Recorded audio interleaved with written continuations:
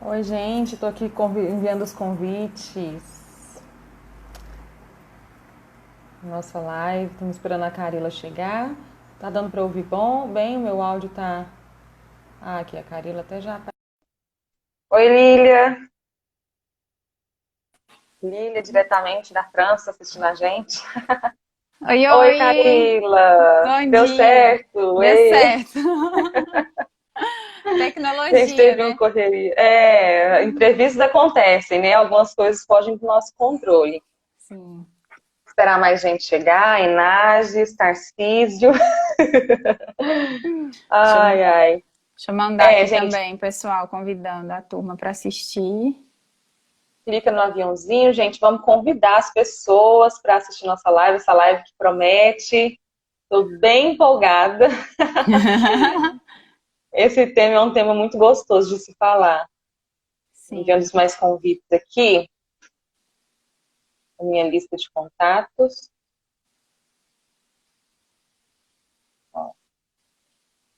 Gente, começa a falar aí de onde que vocês estão assistindo, a profissão de cada um, se é mãe, se é dona de casa, se é profissional, se é só um espectador mesmo que assistiu porque a gente convidou.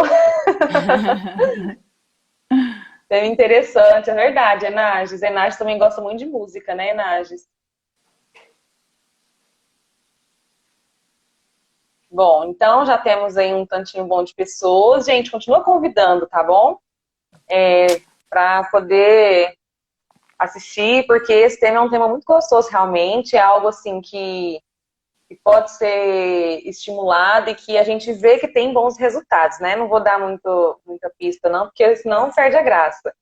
Mas então, meu nome é Carita, eu sou fonoaudióloga, né? Para quem às vezes não me conhece e está assistindo, meu nome é Carita, eu sou fonoaudióloga, tenho especialização em linguagem oral e escrita, e para quem não sabe, eu também sou musicista, então eu tenho formação em música também.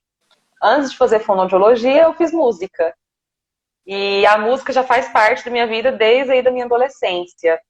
Trabalhei como professora de musicalização infantil, né, em algumas escolas aqui em Goiânia. Tive essa experiência de estimular o desenvolvimento através da musicalização. E às vezes dentro da faculdade mesmo, da fonoaudiologia, eu ali estudando, eu ia percebendo, né, o tanto que a fonoaudiologia e a música tinham coisas assim comuns nesse sentido de estimulação do bom desenvolvimento. Sim. Deixa eu ver o que mais. Eu sou fonoaudióloga clínica, faço atendimento domiciliar também. Acho que eu falei tudo. Vou passar a vez para a Carila agora se apresentar. Sim, então, meu nome é Carila Amândula, sou musicoterapeuta graduada na UFG. É, estou fazendo uma pós-graduação em reabilitação cognitiva na NEP Neuro. E estou também como presidente da Associação Goiana de Musicoterapia, que é o nosso órgão de representação aqui dentro do estado de Goiás. E também, como a Carita, né, tenho uma formação musical desde muito nova, fui estimulada nesse sentido. E no momento de escolher, então, a minha formação, eu decidi pela musicoterapia, porque eu queria aplicar justamente a música como uma forma de poder auxiliar outras pessoas, né? Trabalhar aspectos relacionados à saúde. Trabalho com a Carita, né? Nós trabalhamos Sim, lá no Despertar juntas e também faço atendimentos domiciliares, pensando principalmente nessa perspectiva dentro das neurociências, né? Da reabilitação da saúde. muito bem. Que currículo bonito, hein, Carila? E eu Obrigada, você também. agradeço, Carila, você ter conseguido um horário na sua agenda tão ocupada, né? Você faz tanta coisa. E tem tanto tempo que a gente está combinando essa live e a gente precisou Sim, remarcar uma vez. Mas muito obrigada por ter aceitado o convite. Eu acho que esse imagina. bate-papo vai ser muito gostoso. É um Você que está prazer. aí assistindo, manda também a sua dúvida, né? Se você tem alguma dúvida, alguma curiosidade, alguma coisa que você queira saber relacionada a essa parte da musicoterapia, né? Atuação clínica, ou também da parte da fono, pode mandar aí que no final a gente separa um tempinho para poder responder. Às vezes eu vou estar fazendo isso aqui, é porque meu computador que está com o roteiro está bem na minha frente, aí às vezes a tela apaga, eu tenho que fazer esse movimento aqui. Mas vamos lá, então, vamos começar. Gente, clica no aviãozinho, manda um convite para as pessoas que você conhece. Hein? Esse tema é muito bom. Manda um convite para aquele pai, para aquela mãe, para aquele cuidador, que tem às vezes uma pessoa que tem uma dificuldade de linguagem. né, uma dificuldade aí dentro do campo da fonoaudiologia, ou às vezes dentro da musicoterapia também, que você acha que essa live pode ajudar, pode enriquecer.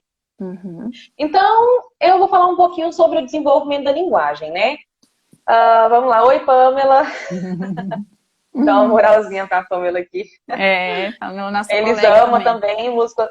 Ai, desculpa, meu áudio tá atrasado, aí eu começo a falar junto com você. Tranquilo. Eles amam também, que também é musicoterapeuta e mãezinha, né? Tá aí assistindo a gente. Mas vamos lá.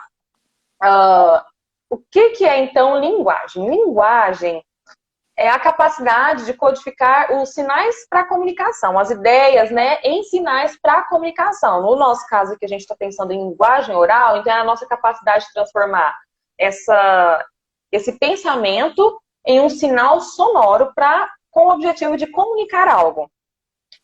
E assim, nós seres humanos, a forma mais primitiva de comunicação que a gente tem é o choro do bebê. Então, o bebê nasceu. Qual que é a única forma de comunicação que esse bebê tem? Chorar. O choro, né? Então, a partir daí, a gente já percebe que é uma tentativa de comunicação. O bebê chora, a mãe vai lá e acolhe. No início, aí a gente fica meio perdido, porque eu sou mãe também, tenho uma bebê de 10 meses. No início, a gente fica meio perdida. Será que esse choro é de dor? Será que ela está tentando me comunicar que ela está sentindo fome? Até que mais ou menos ali entre os 2 e 3 meses, esse choro se torna já diferenciado.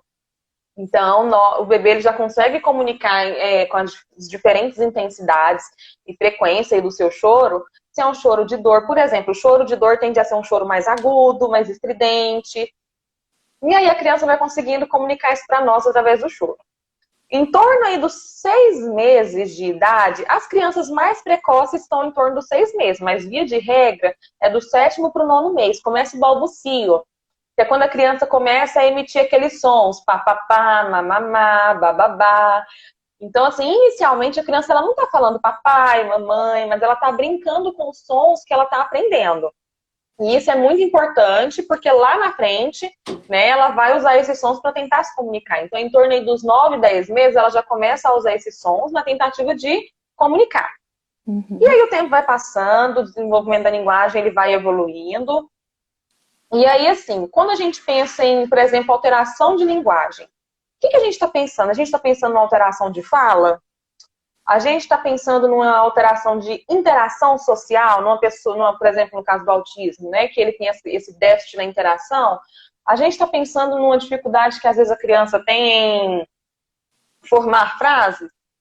A linguagem, a gente divide ela em basicamente 4 campos, que é a parte dos sons da fala, que a gente chama de fonética e fonologia.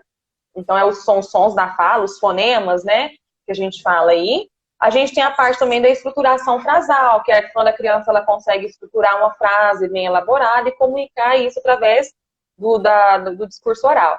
Tem a parte da semântica, que diz respeito ao significado das coisas. Então, é eu saber que porta é um objeto de madeira, que serve para abrir e fechar. Isso também é linguagem. E, por último, a parte do uso funcional da linguagem, que é o pragmático, que é o que está geralmente mais alterado no caso dos autistas, por exemplo, dos transtornos globais aí do desenvolvimento. Então, quando a gente fala em desenvolvimento da linguagem, a gente não está pensando somente no desenvolvimento da fala propriamente dito. Porque tem crianças, por exemplo, autistas de autossuficiência, né? Que eles às vezes têm a verbalização, eles falam, eles têm a oralidade, mas eles têm um déficit em outras áreas. E aí, por isso eu vou falar que ele não tem uma alteração de linguagem, né? Então, quando a gente fala em desenvolvimento da linguagem, a gente está pensando em todas essas estruturas, na parte dos sons da fala, que é a parte fonético-fonológica, na parte de estruturação frasal, a criança conseguir ordenar, né, e formar frases, na parte de significado, dela saber o que um objeto significa, que, por exemplo, a cadeira serve para sentar, isso também faz parte de desenvolvimento da linguagem, e o uso funcional. Qual que é o uso funcional da linguagem? Comunicação. Né? A comunicação intencional. Então, esse é o uso funcional. Então, o desenvolvimimento da linguagem, ela tem várias etapas aí, né?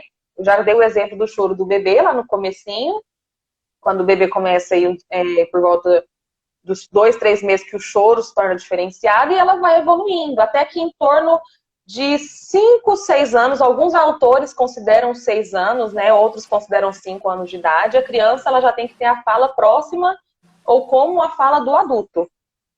Então já é esperado que a criança tenha esse domínio aí de todos os aspectos que eu citei aqui da linguagem.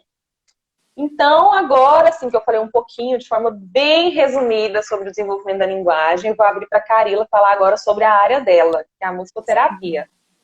Sim.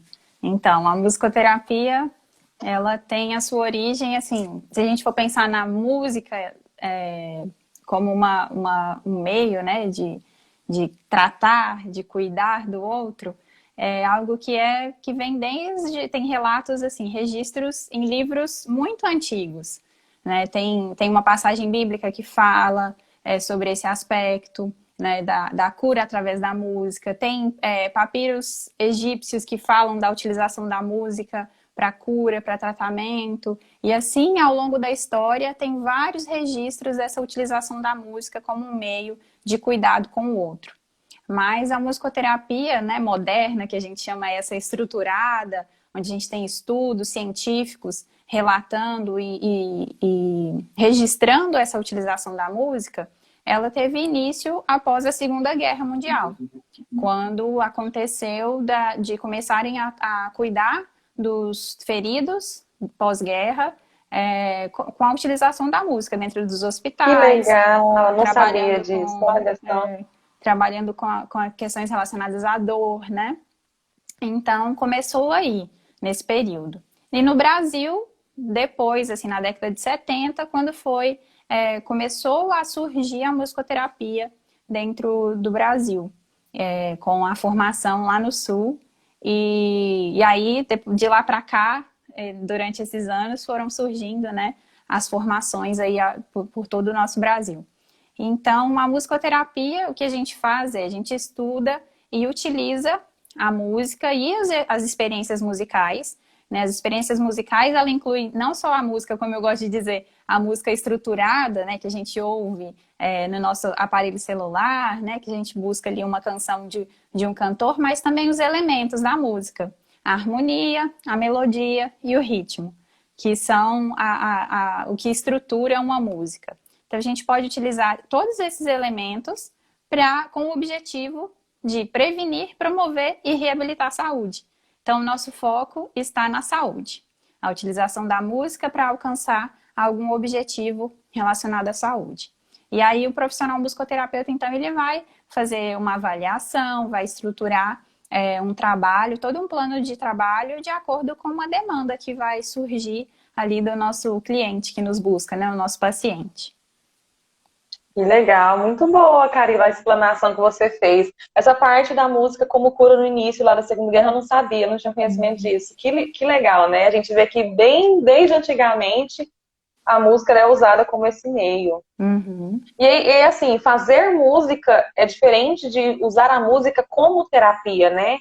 Sim. Por exemplo, eu sou musicista. Eu não posso usar a música como terapia porque eu não sou musicoterapeuta. Isso. Né? Lógico que eu posso usar assim, a música a meu favor dentro de terapia, até eu uso algumas coisas, mas ali a música ali no momento não é o meu instrumento de cura, digamos assim, né? É uma estratégia, é diferente. É diferente porque tem porque a música faz parte do nosso cotidiano, ela é utilizada para diversos fins, né? Então a gente, dentro dos estudos da musicoterapia, a gente fala que tem a música em terapia e a música como terapia. Então a música em terapia, ela pode ser utilizada por diversos profissionais, como você no seu trabalho enquanto fonoaudióloga, como outros profissionais de outras áreas que utilizam a música dentro do seu trabalho, né? Não só profissionais da saúde, mas educadores físicos, professores, né? Todos nós utilizamos música no nosso dia a dia e para outros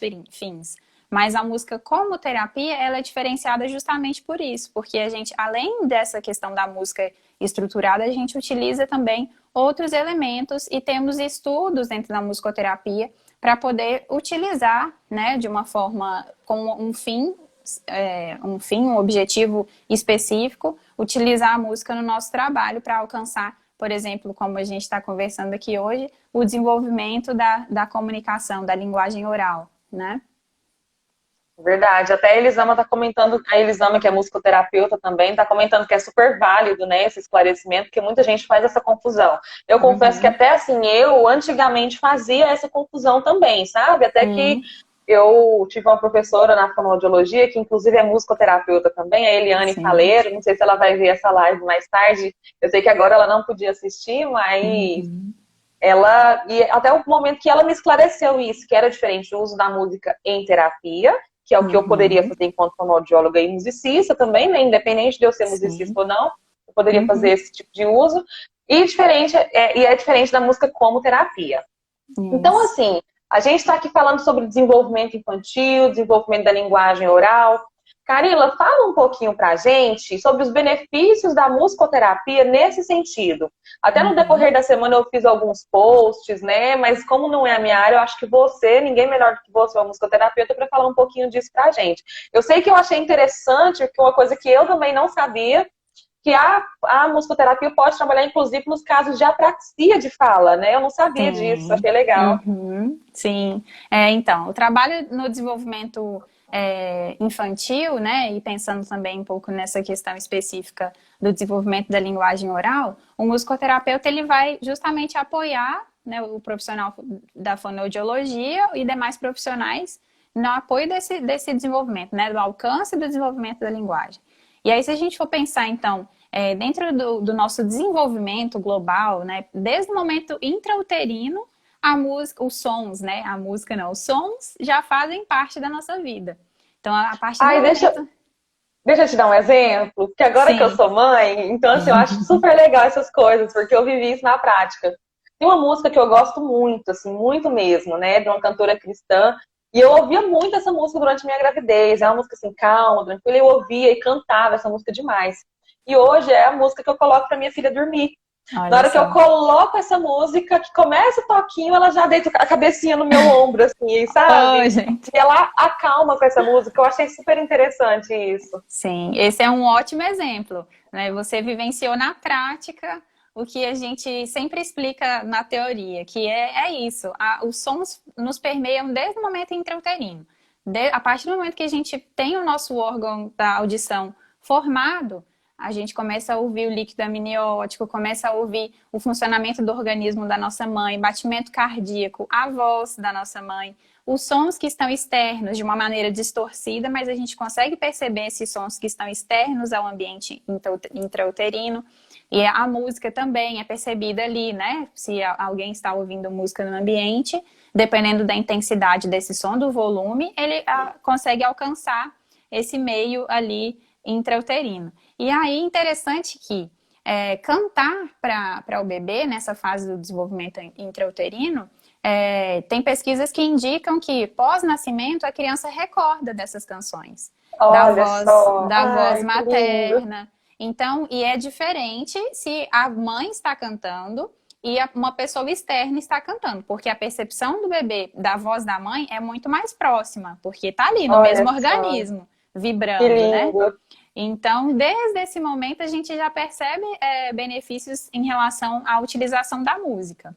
E aí, no momento pós, né, após nascimento, os benefícios só crescem, porque aí já tem a interação, né, do contato visual da mãe e o bebê, de todos os que estão próximos a ele. Então, a utilização da música ela é capaz de trazer benefícios para essa interação entre o bebê e o mundo onde ele está, e também em relação a outras questões, né? A percepção auditiva dele, dessa linha melódica que está presente na nossa fala e também na música. Então, por isso que é tão próximo a música do desenvolvimento da linguagem oral, porque tem uma estrutura que é parecida, tem um ritmo, né? A nossa fala ela é ritmada, ela tem toda uma linha de construção, tem esse aspecto da melodia, Entonação, da né? entonação. Então, a música e a fala têm características parecidas. Ela ativa áreas cerebrais próximas, mas ao mesmo tempo a música consegue englobar outras áreas, que é uma área motora.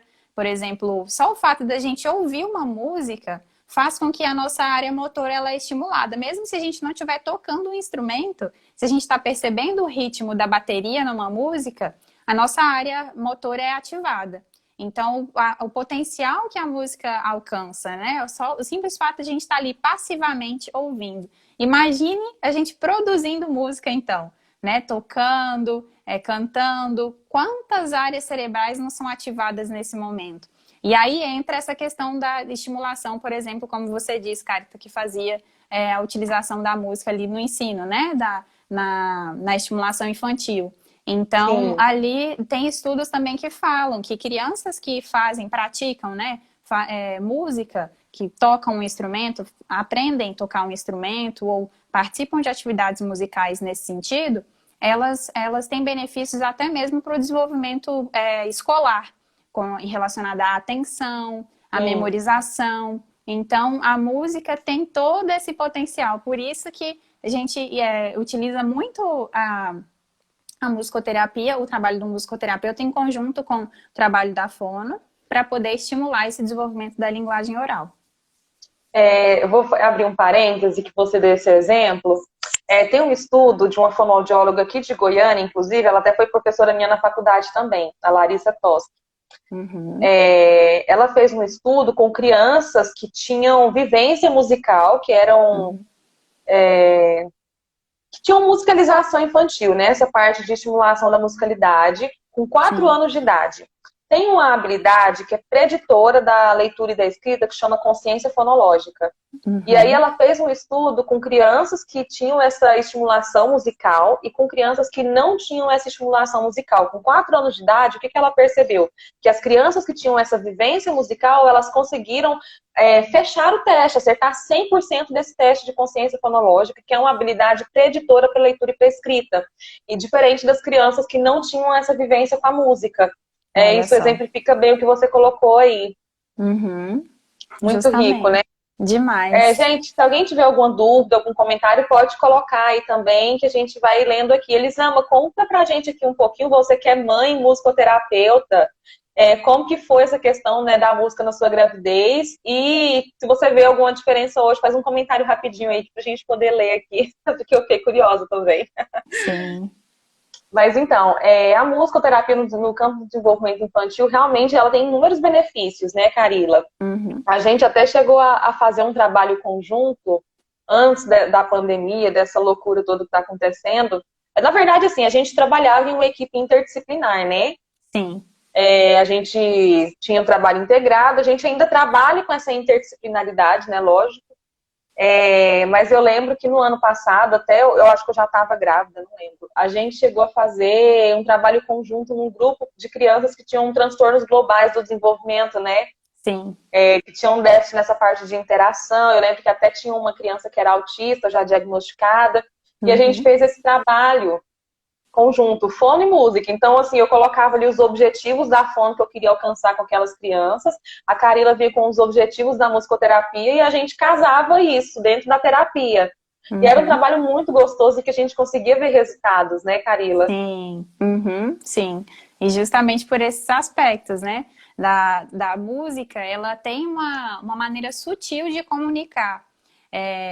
Além dessa questão da estrutura dela de ser próxima à nossa fala, à nossa comunicação, tem outros aspectos ali que envolvem o fazer musical. E o fazer musical em conjunto, no nosso caso ali, buscando objetivos dentro da nossa terapia, ela tem, a música, primeiro, ela tem uma forma de se comunicar. Então, na musicoterapia a gente fala muito disso, da comunicação através da música. E isso até faz uma ponte entre a nossa comunicação musical e até chegar à nossa verbalização de fato.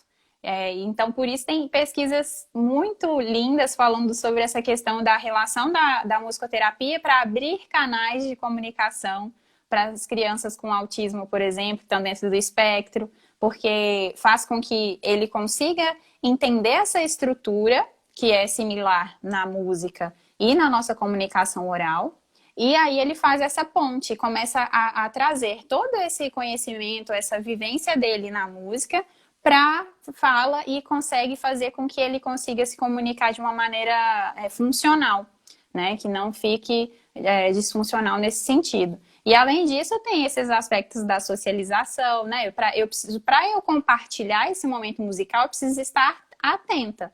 Atenta à música do outro, fazer o contato visual ali no ambiente, perceber o que o outro tá trazendo de sons ali, né, durante o meu fazer musical, porque tem toda essa estrutura. E aí a gente imita o outro, né? Então isso também é pré-verbal, né? Tudo isso são características que a criança precisa desenvolver antes de chegar a uma comunicação de fato. Então, tudo isso é trabalhado em trabalhos assim, compartilhado em trabalhos assim. Um outro aspecto importante é o aspecto emocional também, porque a música ela traz uma intenção, né? Uma intenção na sua estrutura que é sutil, mas que está presente. Então, às vezes, para a gente conseguir entender um sentimento, só o fato de a gente ouvir uma música, a gente já consegue perceber. Nossa, mas essa música me deixa num estado mais introspectivo, ou nossa, o quanto que eu me sinto mais alegre para cima com essa música. Então, todos esses aspectos emocionais também estão carregados ali, impregnados na música. E quando a gente ouve, a gente percebe de uma maneira sutil, mas que ao mesmo tempo está estimulando essa percepção e não é uma forma explícita, né? Fala assim, não, então agora vamos trabalhar as emoções na música. Tipo, eu não preciso verbalizar isso, já está na música, né? Só o fato da gente fazer junto já faz com que a gente consiga perceber isso e depois a gente possa verbalizar todas essas emoções.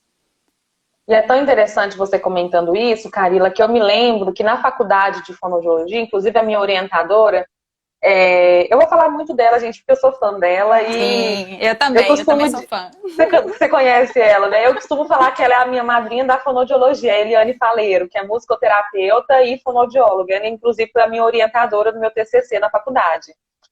Um dos trabalhos que eu fiz foi com uma criança com deficiência intelectual, que tinha um déficit muito grande nessa parte da linguagem, naquele aspecto que eu falei de formação de frases e de significado. Então, ele tinha uma dificuldade de elaborar frases, o discurso dele assim, era tudo muito confuso, e ele não entendia muito bem o significado de algumas coisas. E aí, sob orientação dela, né, eu fiz um trabalho com a música, usando a música em terapia e não a música como terapia, Sim.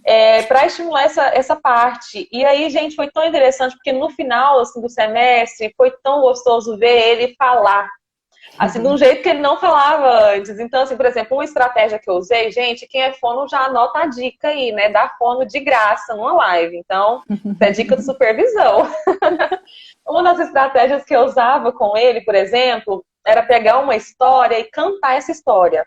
Então eu usava o recurso visual, mostrava as figuras e eu cantava aquela história para ele de uma forma muito simples, assim, muito resumida, né? Dentro daquilo que eu sabia que ele conseguiria fazer. E aí a gente foi aprendendo essa musiquinha, essa história através da música, e aprendemos. Quando eu vi que ele decorou, o que que eu fiz? Eu tirei a parte melódica. Então essa música virou a história falada. Então eu tirei a melodia e ficou ali a história mesmo propriamente dita. Sim. E aí ele conseguiu contar para mim depois a história com as palavras dele, do jeitinho dele, mostrando que ele aprendeu, que ele entendeu. Então foi uma coisa muito gostosa, é uma estratégia que eu até gosto de utilizar até hoje. Deixa eu só ler o comentário da Elisandra aqui, que a gente tinha pedido para ela falar um pouquinho. Ela falando aqui que um dos exemplos né? Acho que por ter trabalhado muito com a banda, muito ritmo nos atendimentos com os jovens do Despertar, percebo que a Cecília, que é a bebezinha dela, é muito atenta a ritmos e batidas fortes. Ela é muito curiosa com relação a qualquer som, barulho, música, volta toda a atenção e quer buscá-la. Ai, gente, que delícia. Que legal. Que gracinha. É a isso, Maria, né? que é minha sogra, comentando aqui também. Quero uma live para abrir a comunicação através da música para os meus alunos adolescentes. É porque ela trabalha com adolescentes, né? Olha, E ela que vai comentando legal. aqui. Que legal. Deixa eu ver, tem outro comentário aqui. A música realmente estimula e aguça os sentimentos relacionados a determinada batida e ritmo. Tão bom ver, tão bom vocês, estar com vocês. Não, gente, não entendi. Tão bom estar mais... Ah, sim, tipo assim, ela tá dizendo que é bom quando você tá mais pra baixo e você ouve aquela música e te deixa pra cima, dá uma alegria que tem a ver com isso que você falou, né? Eu te cortei, Carila, o que você ia falando? Não, eu ia falar que, olha que legal, né? A Elisama, ela trabalhou, eu lembro dela com barrigão lá no Despertar, né? Assim, com a gestação já avançada e ela trabalhando lá com os jovens dentro. Então, é isso, né? toda essa vivência dela enquanto mãe durante a gestação repercutiu para o pós-nascimento da filha dela. Então, ela tem essa memória, né, do momento intrauterino que fez com que agora, após o nascimento, ela tenha essa busca por esse tipo de estímulo, porque fez parte da vida dela desde o momento da gestação. O meu marido que está assistindo comentando, né, que a nossa filha não pode ouvir uma música com batida de hip hop que ela começa a pular por causa da batida. E isso é verdade, ela adora. Se ela ouve, se ela pode, às vezes eu tô na cozinha fazendo alguma coisa, e aí meu marido quer chamar a atenção dela para ela ir lá para ele e deixar eu trabalhar na cozinha lá. E aí ele coloca uma música dele lá, uma batida de beatbox, alguma coisa, ela já vai correndo. Esse lado aí, eu acho que ela puxou mais dele, não foi tanto meu, não. Eu acho que tem essa característica também, porque o ritmo, ele é muito primitivo, né? A gente percebe o batimento cardíaco da nossa mãe e o nosso próprio batimento cardíaco, por mais que a gente não coloque atenção, a gente percebe ele desde também dos tempos primórdios da nossa concepção. Olha, e aí, então, tem esse aspecto também, né? Nós somos atraídos por esse tipo de ritmo, né? Esse tipo de estímulo, porque é muito primitivo. A gente já vive isso desde sempre, assim, das nossas memórias mais primitivas. É verdade. E essa questão do ritmo é tão interessante, Carila. Eu lembro que um dos trabalhos que a gente fazia em conjunto, agora eu não lembro se foi com você, se foi com a Elisama, mas era um dos trabalhos que eu fazia em conjunto com a musicoterapia. Que eu entrava, às vezes, na sessão, era até um caso de um paciente autista, assim, severo, que a gente tinha, acho que foi um trabalho que eu fiz em conjunto com a Elisama. E aí, esse paciente autista, às vezes, ele estava dando voltas e voltas, assim, dentro da sala, de uma forma, assim... Era uma função autorregulatória que ele tinha, né? E aí a Elisama começava a tocar no ritmo do andado dele, tentando organizar aquilo, tentando passar ali, né, não sei qual que é o termo que vocês usam, mas tentando passar uma tranquilidade para ele através aí do ritmo, né? E na terapia, assim, isso aliado ao desenvolvimento da linguagem, a gente percebe que traz inúmeros benefícios. Carila, eu queria, assim, eu sei que não é o nosso tema, mas eu queria pedir para você falar só um pouquinho sobre o trabalho da música no caso dos casos de apraxia. Dá uma palhinha, assim, você pode? Posso, então, inclusive amanhã estou participando de uma formação específica, né, dentro da apraxia da fala. Mas o que eu posso dizer é que tem essa relação da música, né, com a questão da apraxia, tem a ver com esse aspecto dos sons, né, da percepção auditiva em relação aos sons, mas também tem essa parte motora. Então, essa associação é o que eu disse dentro do nosso desenvolvimento. A música, a percepção musical faz com que a gente consiga estimular áreas cerebrais relacionadas a essa percepção auditiva dos sons e também essa parte motora. Então, por isso, né, associado dentro da apraxia também está associado esses aspectos auditivos e motores, que está implícita dentro do desenvolvimento da música. Aqui estão perguntando o que é a apraxia. A apraxia de fala é um transtorno motor, em que o cérebro, ele comanda que a boca, por exemplo, tem que se mexer para falar um determinado som, mas o comando não chega na boca. Então, o cérebro está mandando, mexe a boca para falar, por exemplo, pá.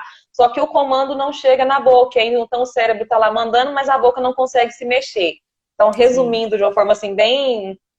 Aí, ó. Vivendo a apraxia é um distúrbio motor que afeta a fala. Ótimo. E aí, por isso que, em conjunto com a fono, a gente vai trabalhar essas questões com pistas, né? Com pistas, inclusive com apoio motor, para que a criança consiga desenvolver ali esse aspecto que é necessário dentro do desenvolvimento, né? Da apraxia em si. E assim, uma das questões que eu acho que é legal também trabalhar com a música, porque a música, ela trabalha muito essa parte da memória, né, Carila? Sim. A gente percebe que quando a gente coloca, por exemplo, uma música dentro de um objetivo terapêutico, agora eu não estou falando da música como terapia, tá? Estou usando, por exemplo, da música em terapia. Então, se eu quero trabalhar, por exemplo, eu tô pensando, você está falando, eu estou lembrando da minha pacientezinha de apraxia, que eu tenho uma pacientezinha de apraxia, E aí, se eu quero trabalhar com ela, por exemplo, o som do P, o som do B, eu levo uma música que tem esse som várias vezes. E aí ela vai trabalhando essa memorização, tanto motora quanto auditiva também. Então, isso Isso. facilita o trabalho. Sim, sim, tem esse aspecto. Quando eu lembro muito dessa, quando fala desse exemplo, eu lembro dos cursinhos, né, pré-vestibulares que fazem as paródias para a gente poder memorizar o conhecimento, né, justamente por essa questão, a música ela acessar essa outra via, que não é o da memorização ali mecânica, né, da gente ler e tentar memorizar. A música faz com que é uma mágica, né? Que faz com que a gente perceba esse conhecimento e internalize ele de uma outra forma, porque tem um aspecto importante que a música traz também nesse sentido, que é o da memória que está relacionada ao nosso afeto. Então, Sistema límbico, né? justamente, porque faz com que a gente grave muito mais as nossas vivências que traz uma emoção, elas ficam muito mais presentes do que aquela que a gente faz de uma maneira mecânica. Então, a música faz com que a gente vivencie os nossos neurotransmissores são ativados, né? Os hormônios do prazer e todas essas questões relacionadas ao nosso sistema límbico. E aí a gente grava, nos emociona, a gente grava e consegue expressar de uma maneira muito, muito mais efetiva.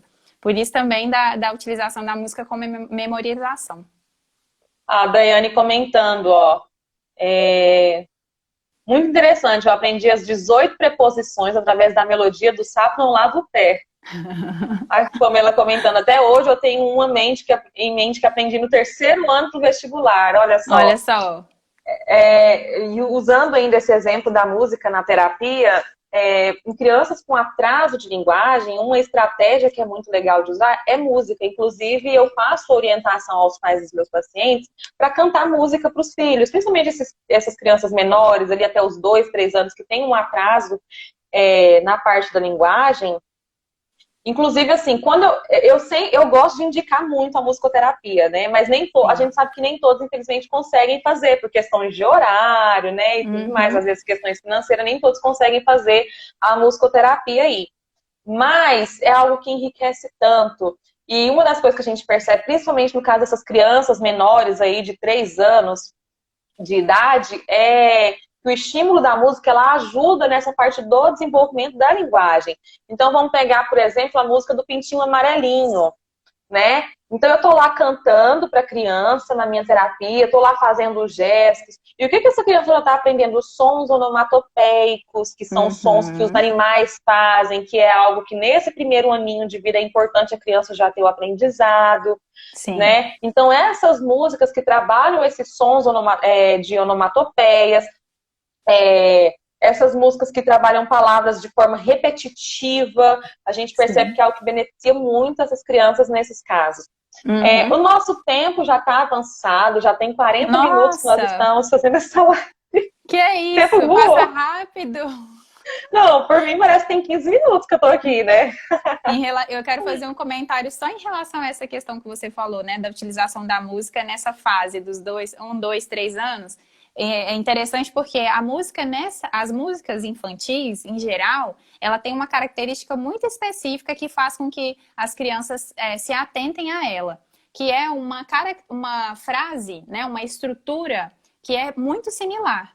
Então, dentro ali da característica da música, as notas, né, a proximidade das notas, elas não têm grandes saltos. Então, as músicas não têm uma complexidade muito grande. Ela não tem saltos melódicos, tá aqui, tá no grave, vai lá no agudo, volta. Ela tem uma estrutura muito similar da proximidade entre as notas. E aí faz com que justamente a criança tenha atenção.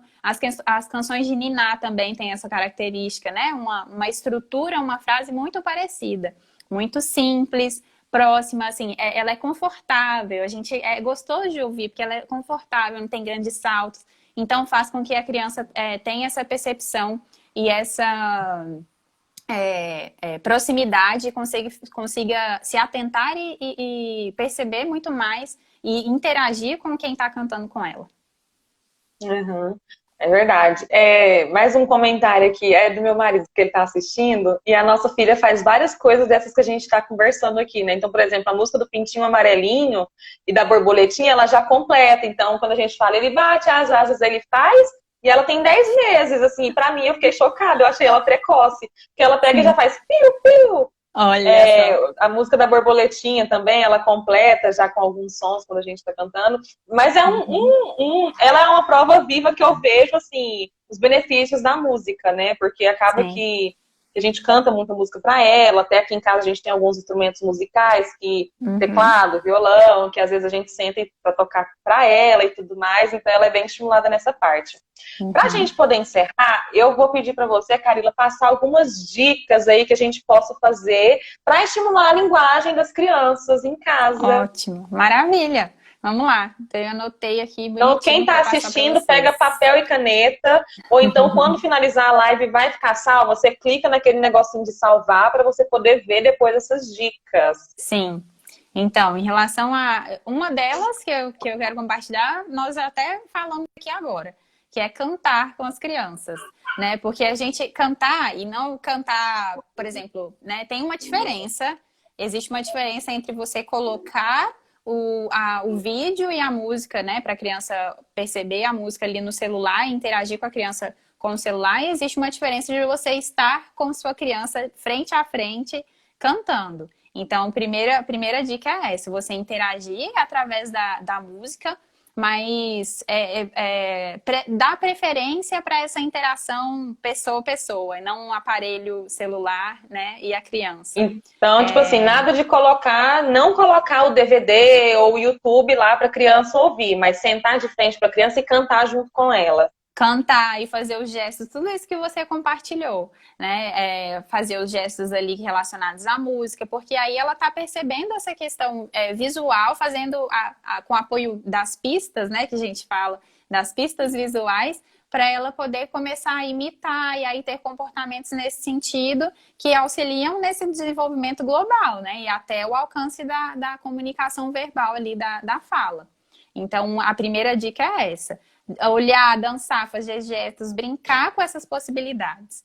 Essas atividades são muito prazerosas e ela estimula esse comportamento da imitação e apoia o desenvolvimento da comunicação. E além de estreitar o nosso vínculo, né? Que é tão Com importante. certeza, com certeza. A segunda dica é aproveitar os objetos do contexto familiar. Então, criança já tem essa predisposição a explorar os objetos, né, de casa. Até às vezes a mãe tem que As travar a panelas. porta, as panelas. Então, isso já é uma característica da criança, porque ela está conhecendo todas as possibilidades, né, testando tudo que está ao redor dela.